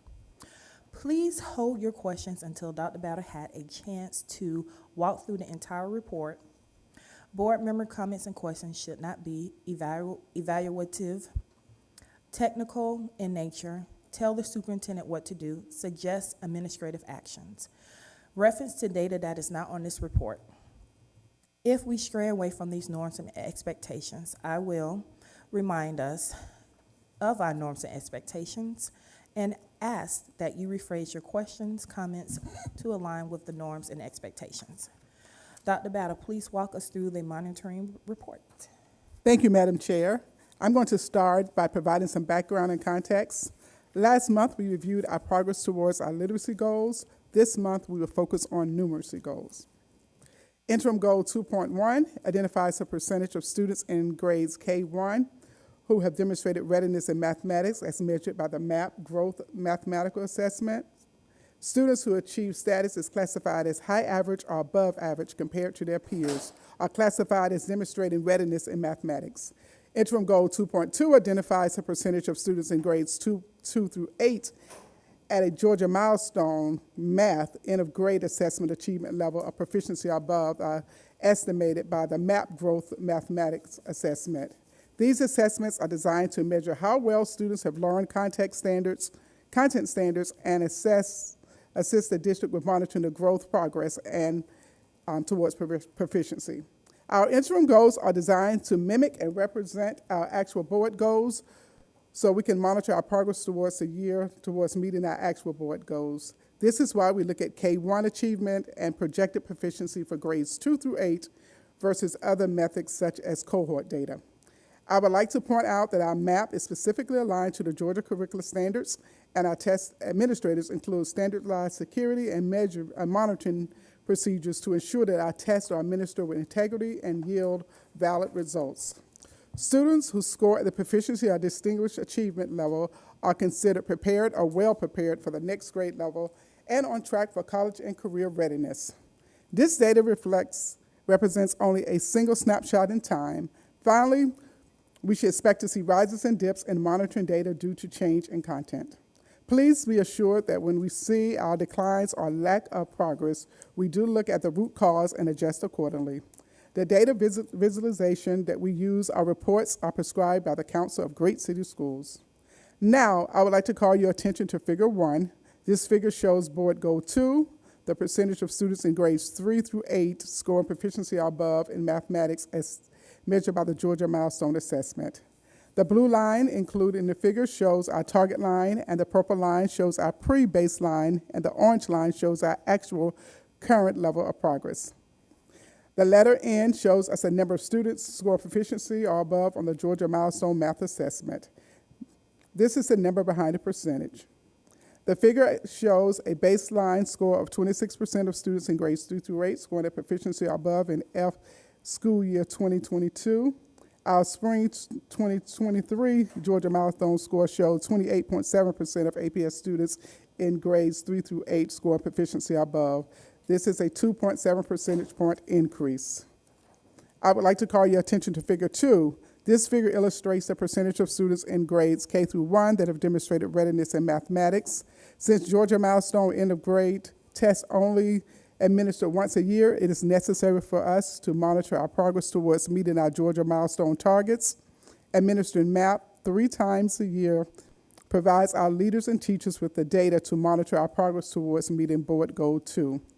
As a reminder, the RTI score on the MAP assessment at the 61st percentile or higher, which means that K1 students' RTI score falls within this range. Then they demonstrate readiness. Readiness in this content will be translated into content mastery of the grade level standards, strong preparation for the next grade level, and on track for Georgia Milestone proficiency when they reach those grade levels. The blue line included in the figure shows our target line, and our orange line show our actual current level of progress.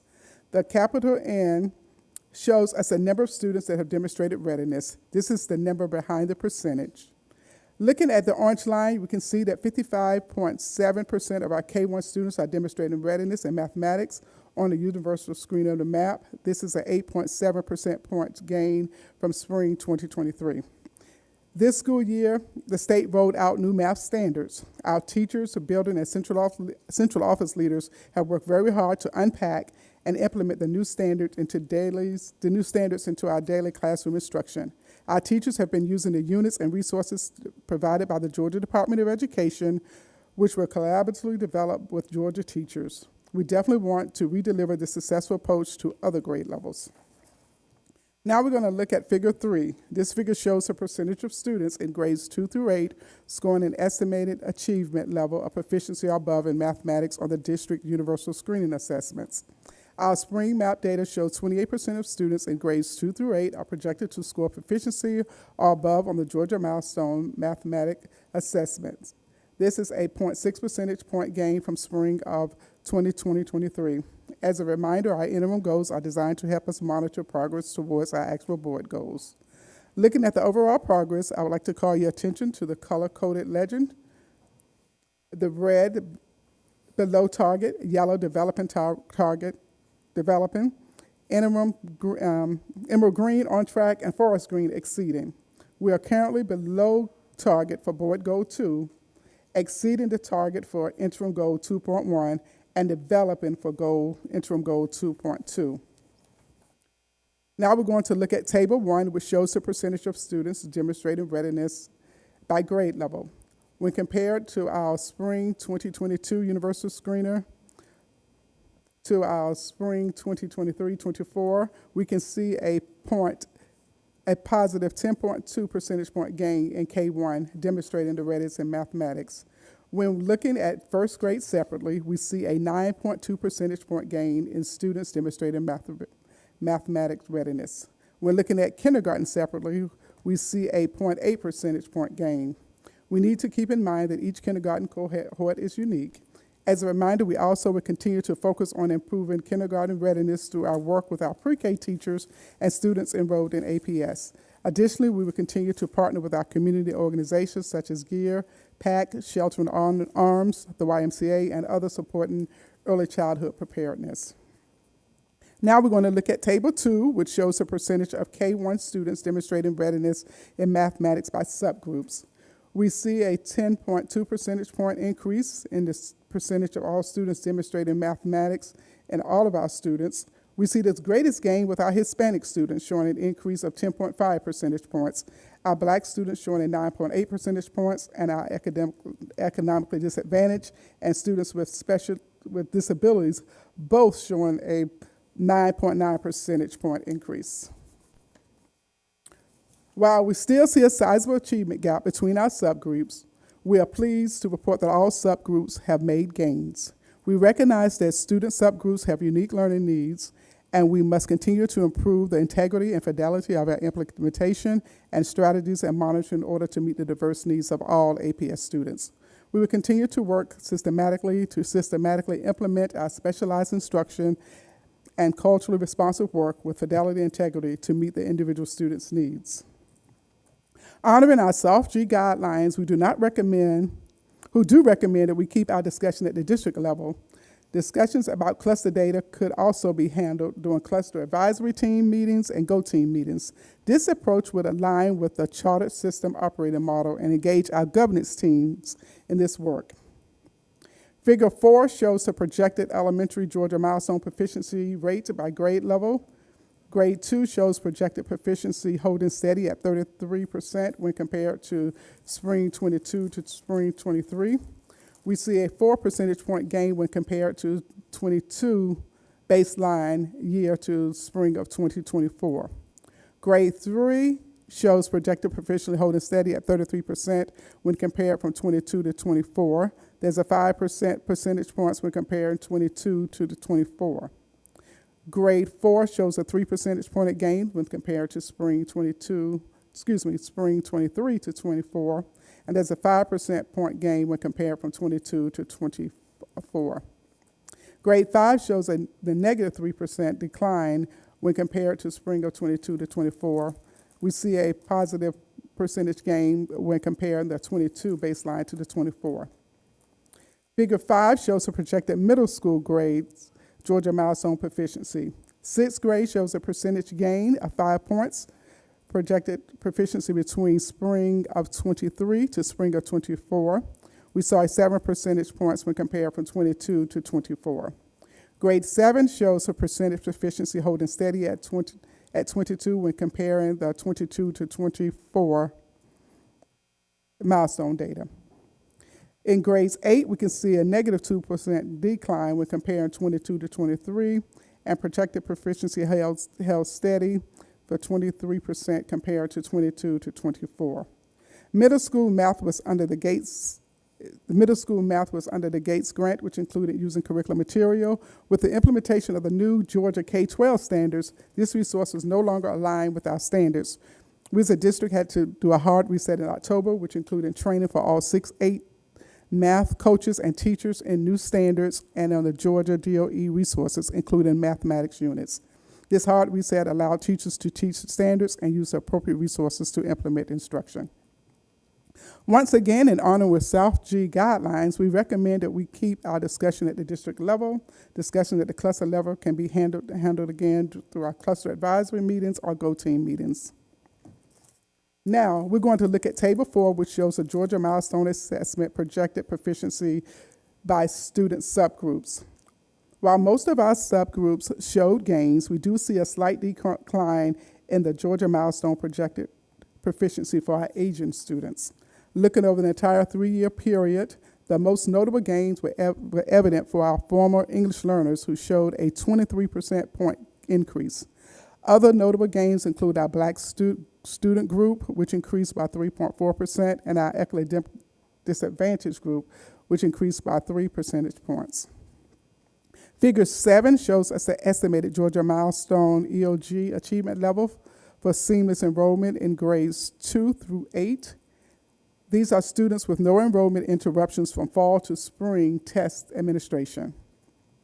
The data is not part of the adopted board goal and has been added for informational purposes only. I would like to take time to remind everyone that our interim goals at the end of this school year will need to be revisited. We will need to begin the work of crafting new interim goals that will be representative of our actual board goals and help us monitor progress toward the 5-year student outcome-focused governance board goals. Our current data suggests that we effectively rolled out the new math standards at grades K and 1. We need to build upon the successes at the same level of the professional learning for grades 3 through 8. And this concludes my soft G report. Ready for questions? Thank you, Dr. Battle. Are there any questions? Okay. Board Member Howard, Board Member Baldwin, Board Member Zeff. Questions down this side? Okay. Okay, well, thank you. Go ahead, Board Member Howard. Thank you, and thank you, Dr. Battle. So we just had an overview, and first and foremost, want to celebrate the gains, particularly K through 1. There've been significant increases, and as you pointed out, there's been increases in every single subgroup, and that's wonderful. But we know there's a lot of work to be done. Right. And we just had an update, of course, connected to the budget with the talent management and our focus on numeracy or math too. We have no vacancies in math educators, which is great. But also, what are we doing to ensure that that talent management strategy is aligned with increases in the highest area of need in this goal? I know we also talked about, focusing in on the educators who have more experience and making sure we have that right connection between our students' needs and the experience or whatever those educators have, particularly as we're talking about this goal and numeracy. Can you share with us how you all are intentionally looking at that right now, knowing the needs of our students in our schools, and particularly what we're highlighting here in this goal? Absolutely. We're doing a reset, like a playbook. We have our coaches. We also are training our principals. We're starting with our associate superintendents, and they're going to work with the principals in order to coach the teachers and the coaches in the school. We noticed that there were several clusters, and many of you asked us in your one-on-one questions, what did those schools do differently, those clusters do differently? A lot of them, what they did was have weekly data meetings with their team. After they had those meetings, they would go back and strategize and coach those teachers. When they sat in those meetings, they went back into those classrooms and worked with those teachers with their lesson plans, as well as making sure that once you saw the lesson plans, making sure they implemented that in the classroom. A lot of times we sit around the table, we might write nice lesson plans, but no one's monitoring to see, are we implementing what we say we're implementing? And then the next week, they take whatever the students assessed when they took an assessment, whatever those assessments were, and looked at those constant misconceptions that the students had and went back and retaught those skills. Instead of letting that gap widen until we had another benchmark, it was just basically every other week going back, coaching, reteaching, and then looking at the data again. So doing that cycle and just training everyone to do that. We have pockets of people doing that, but with our playbook that Mr. Usher's rolling out and our academics, everyone's going to be doing the same work. And when you're doing the same work, it's not like everybody's doing it the same way, but everyone's coaching. We have a lot of coaches. We've invested coaches. Most schools have math coaches. If not, they definitely have a reading coach now. But and then they have an additional coach with the Readers are Leaders coaches. So everyone doing that coaching, and not just the coaches, but the principal has to own this work, and assistant principals. Other leaders in the building have to do this coaching as well. It's extremely helpful to hear that level of detail and the focus on math coaches, almost similar to Readers are Leaders, and the importance of literacy coaches, and knowing, how are we going to support that ongoing effort as a board to make sure we have the right people in place to do that coaching work. So continuing to monitor the impact of those coaches and getting back with us about, what are we going to need to potentially increase the number of highly trained, qualified math instructional coaches in our schools. So that's great to hear that is an area that we're focusing on and continuing to monitor the impact of it. And then I'm glad you brought up the need to update our interim goals. I know we need to make sure interim goals are predictive of our overall goal. And so we're seeing that we're not where we should be with our overall goal, but our interim goals are showing progress, which is good, but we need a reset. Yes. And that's what we'll be coming together to discuss as a board. So thank you for highlighting that as well. Thank you. Thank you. Katie pretty much asked my question, and I'm going to, don't be sorry. I mean, we were all curious in terms of what's working. And it's nice to see that what is working is definitely something that can be replicated. It's basically knowing what's going on. Right. And identifying, how do we fix it? So I appreciate the attention to detail in the implementation with fidelity. Thank you. Yeah, thanks for the detail. Do we know, we have MAP scores, do we know what milestones are, do we have an idea of where milestones are going to come in this year? Is it, MAP scores are often predictive? I don't know if Mr. Usher or somebody or I'm going to look at my people because they receive all that who's gonna information jump on the first. grenade here. Hi, good afternoon. Due to the new math standards, the Georgia milestones release will be delayed probably till August. So until that time, our Georgia milestone scores are embargoed. Now, parents, of course, can get their individual student score reports for their students. Schools, of course, can look at their data. So internal personnel can look at the milestone scores, but they cannot be shared with anyone outside of internal staff at this time until that embargo is lifted. And again, because of the new math standards, that release has been delayed until August. So that's as far as we can go in this public setting. Correct. All right. All right. Second question, I guess, is this 10-point gap that we're seeing is common throughout the region. We're seeing this, in this loss. It's probably one of the most enduring consequences of the pandemic was math more than literacy, and so this is not surprising. What can we do as you look at the research and you talk to folks? It is principals and their capacity to support teachers, and I tie this to the investment that Ms. Lawson made. I think that's terrific. With ESSER money gone, how are we thinking about? Is there a readers or leaders strategy bubbling up for math? Is that Absolutely. We just call it math, the new standards. So yes, there is. We're doing the same work around that. We talk about those weekly data team meetings. So while we're reading with literacy teachers, we're also meeting with the mathematics teachers, doing that same work around coaching, around real-time feedback in the classrooms, like coaching them while they're teaching. We'll get into that point. We have to be at that level.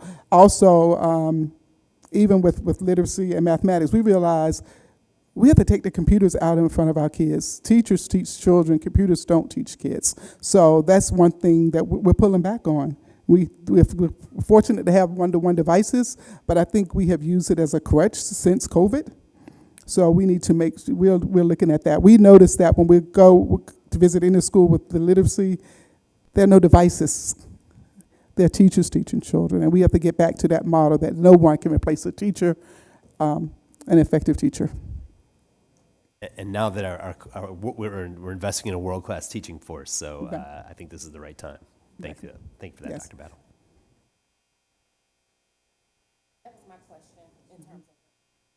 Yes, ma'am.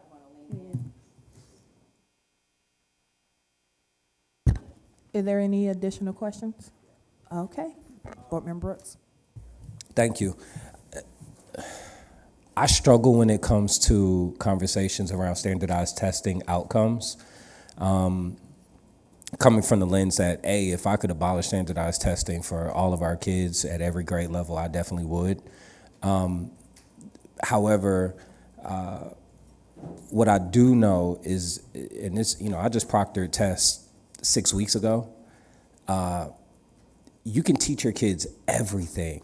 I mean, you can go through the test strategies, all of the things, but when those kids sit down, many times, and specifically in communities that look like me, the importance of being intentional about the test isn't necessarily there. And so our kids are underperforming not because they're not capable, but because the translation of how much they matter and what they signal and what it says about your school, says about your community, says about your proficiency, we leave a lot on the table. And so I'm curious as to what we're doing to emphasize to our learners the importance of their test outcomes, the importance of doing their best and trying their best. I just personally feel like all curriculum, all prep stuff aside, like if we really got our kids to care about performing well on tests, the scores would look a lot different than they actually do. are these scores a fair determinant of what our kids are capable of? Yeah. My belief and what I've always noticed is if kids care about you as a teacher or the principal or the school, then they will do their best. Kids perform for people that they like, that they respect. So I guess that's one thing that we're working on always acting like it's your child you're teaching. Treat them like they're your child that you're interacting with, your sister, your brother, your niece, your nephew, whatever it is. So, and that's why we have to lead with care in everything that we do, because kids know when you care about them. They will come to school for you when they're sick, when you care about them. That's right. They will perform in the classroom for you. So just working with our teachers, but teachers need us to care about them as well. So everything trickles down. So just working on that work. Yeah, I received that. I didn't mean to ask you a question. There's no real practical answer to. No, I want to keep it real. And I think that's keeping it real, because you're right. Our kids don't care what you know until they know how much you care. So to that point, I know we talked about opening our AP classes to hybrid offerings for secondary. However, for our middle school kids, what are we doing to be intentional about making sure there's access to accelerated math offerings to all of our middle schools? I know in many parts of town where there's conversations about overcrowding in some schools, there's always also the secondary conversation of, well, we would go this way if we had this option there, but this option doesn't even exist over here to get my kid into accelerated math, which seems to be the big draw specifically to certain clusters. Right, exactly. Yes, we're working on that as well to ensure that every middle school has an accelerated track. You will see that. Okay. Every middle school. And how do we communicate that news to our community, other than the fact that you just said it here from the day? It's like, but we would ensure that it gets out. I'm looking over at the team. We would ensure that we get it to the schools, but as well as to our website, to our parents, and even go as far as we've had this conversation, and I'll just put it out there to say if a child scores proficiency in 7th grade, we're going to just put them in that algebra block and have the parents say, you can take them out, but we're going to say you can do it. We're going to try to push them to that. Okay. Thank you. You're welcome. All right. So thank you. This concludes our work session items for today. Thank you, Dr. Battle, and thank you, administration, for taking the time out to give us the work session items. Madam General Counsel, is there a reason for us to retreat into executive session? Yes, Madam Chair, the board needs to discuss legal and personnel matters. All right. Is there a motion to enter into executive session to discuss student discipline, personnel, legal, or real estate matters? So moved. Moved by second Board Member Brooks, second by Board Member Baldwin. All in favor? Aye. Any opposed? Motion carries. We will now enter in executive session.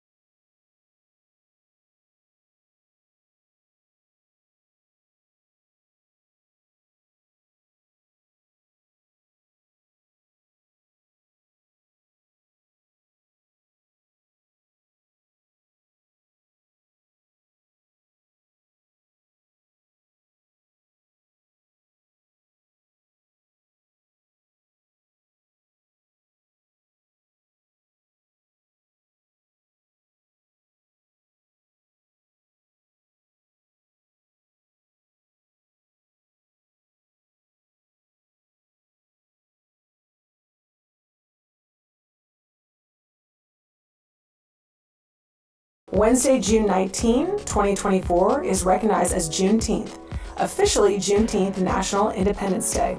This federal holiday commemorates the ending of slavery and is celebrated with festivals, parties, parades, and church services. June is African American Music Appreciation Month. Created in 1979, this month celebrates the African American musical influences that comprise an essential part of our nation's treasured cultural heritage. Please take note of some important upcoming schedule changes. The Board of Education has transitioned to our summer schedule. There will be no monthly meeting held in July unless there is a special need requiring immediate attention. The 24-25 school year starts on August 1, 2024, and we will resume our monthly board meeting schedule on August 5, 2024. We trust this information will help you plan your summer effectively. This concludes my remarks, and we hope everyone has a fantastic summer.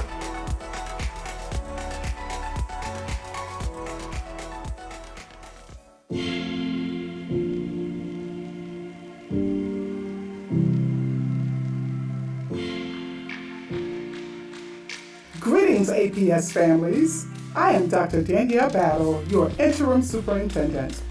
Whether you're online or in person, I want to thank you for attending our June board meeting. Atlanta Public Schools is excited to host Power Up, our district summer school, from June 3rd to June 28th at several sites across the district. This program is designed to provide your child with a unique learning experience during the summer break. Please check the APS website for specific locations and registration instructions. We are also thrilled to announce that the Georgia State After School All-Stars, a recognized national leader in providing comprehensive after-school programming, will serve each middle school this summer, with the exception of Sutton Middle School. During the summer break, the district will operate on a flexible schedule. All eligible employees will have an option of working one day remotely per week. Mark your calendars for Saturday, July 20th, 2024. We will host our annual Back to School Bash at the Georgia World Congress Center, halls C1 and C2 from 9 a.m. to 1 p.m. This APS flagship event provides free backpacks, school supplies, and resources for our students and their families. We hope to see you there.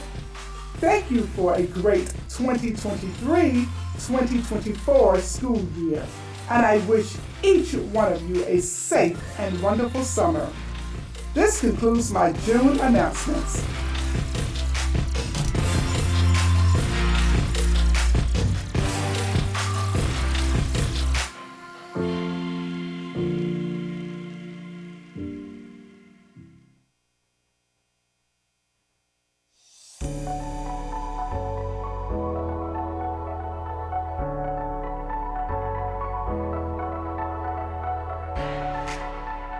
Hi, this is Jennifer McDonald, Vice Chair and District 4 Representative for the Board of Education. Thank you for attending.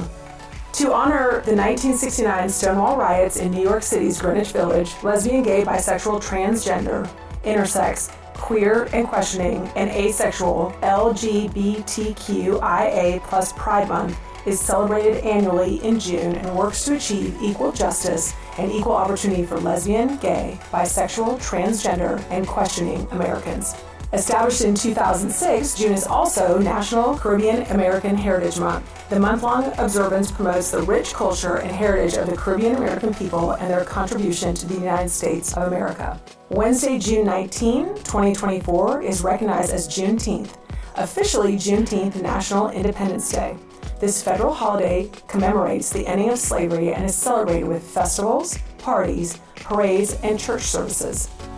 June is African American Music Appreciation Month. Created in 1979, this month celebrates the African American musical influences that comprise an essential part of our nation's treasured cultural heritage.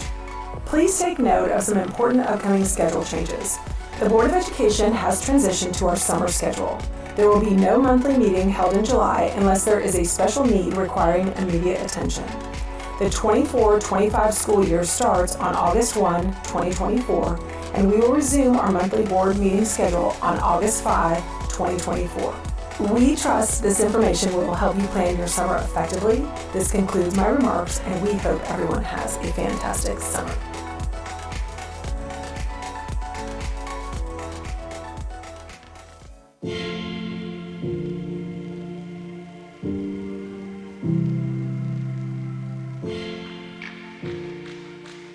Greetings, APS families. I am Dr. Danielle Battle, your interim superintendent. Whether you're online or in person, I want to thank you for attending our June board meeting. Atlanta Public Schools is excited to host Power Up, our district summer school, from June 3rd to June 28th at several sites across the district. This program is designed to provide your child with a unique learning experience during the summer break. Please check the APS website for specific locations and registration instructions. We are also thrilled to announce that the Georgia State After School All-Stars, a recognized national leader in providing comprehensive after-school programming, will serve each middle school this summer, with the exception of Sutton Middle School. During the summer break, the district will operate on a flexible schedule. All eligible employees will have an option of working one day remotely per week. Mark your calendars for Saturday, July 20th, 2024. We will host our annual Back to School Bash at the Georgia World Congress Center, halls C1 and C2 from 9 a.m. to 1 p.m. This APS flagship event provides free backpacks, school supplies, and resources for our students and their families. We hope to see you there. Thank you for a great 2023-2024 school year, and I wish each one of you a safe and wonderful summer. This concludes my June announcements.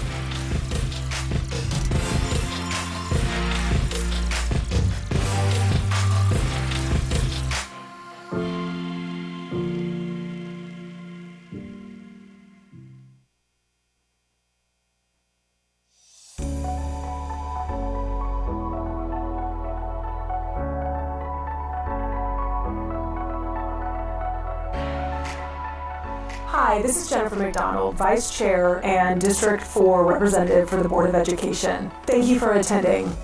To honor the 1969 Stonewall riots in New York City's Greenwich Village, lesbian, gay, bisexual, transgender, intersex, queer and questioning, and asexual LGBTQIA+ Pride Month is celebrated annually in June and works to achieve equal justice and equal opportunity for lesbian, gay, bisexual, transgender, and questioning Americans. Established in 2006, June is also National Caribbean American Heritage Month. The month-long observance promotes the rich culture and heritage of the Caribbean American people and their contribution to the United States of America. Wednesday, June 19, 2024 is recognized as Juneteenth, officially Juneteenth National Independence Day. This federal holiday commemorates the ending of slavery and is celebrated with festivals, parties, parades, and church services. June is African American Music Appreciation Month. Created in 1979, this month celebrates the African American musical influences that comprise an essential part of our nation's treasured cultural heritage. Please take note of some important upcoming schedule changes. The Board of Education has transitioned to our summer schedule. There will be no monthly meeting held in July unless there is a special need requiring immediate attention. The 24-25 school year starts on August 1, 2024, and we will resume our monthly board meeting schedule on August 5, 2024. We trust this information will help you plan your summer effectively. This concludes my remarks, and we hope everyone has a fantastic summer.